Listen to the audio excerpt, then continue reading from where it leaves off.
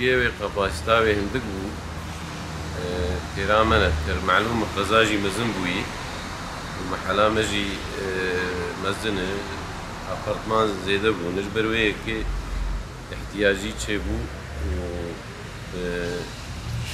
تشويقا خودي خيرا مدس بكر الحمد لله أنا تقريبا 3 قاطع بلند كريه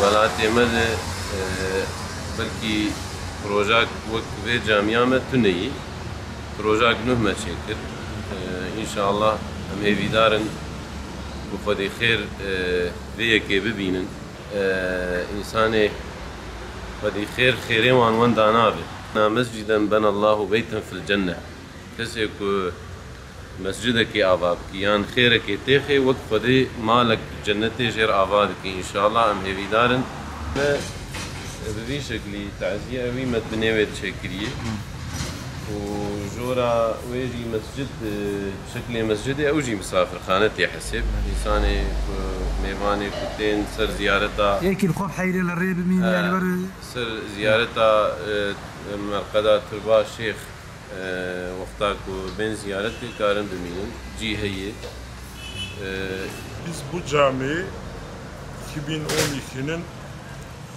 12. ayında başladık temeline. Bugüne kadar da halkımızın katkısıyla bu noktaya varmışız. Camimiz mevcut 5 kattır. Bodrum katı da taziye yeri olarak inşallah hizmet verecektir.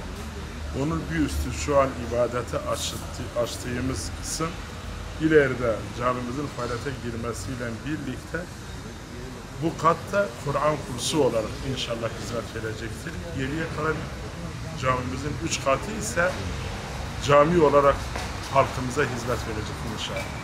Ve camimizin bugünkü projesine göre yaklaşık 1500 tane insan hak içinde ibadetini yapacak. Tabi bu arada sanki vatandaşımız buraya verdiği para olarak veya bedensel olarak çalışmak istiyorsa gelip çalışabilir, kendisi bize malzeme de gönderebilir.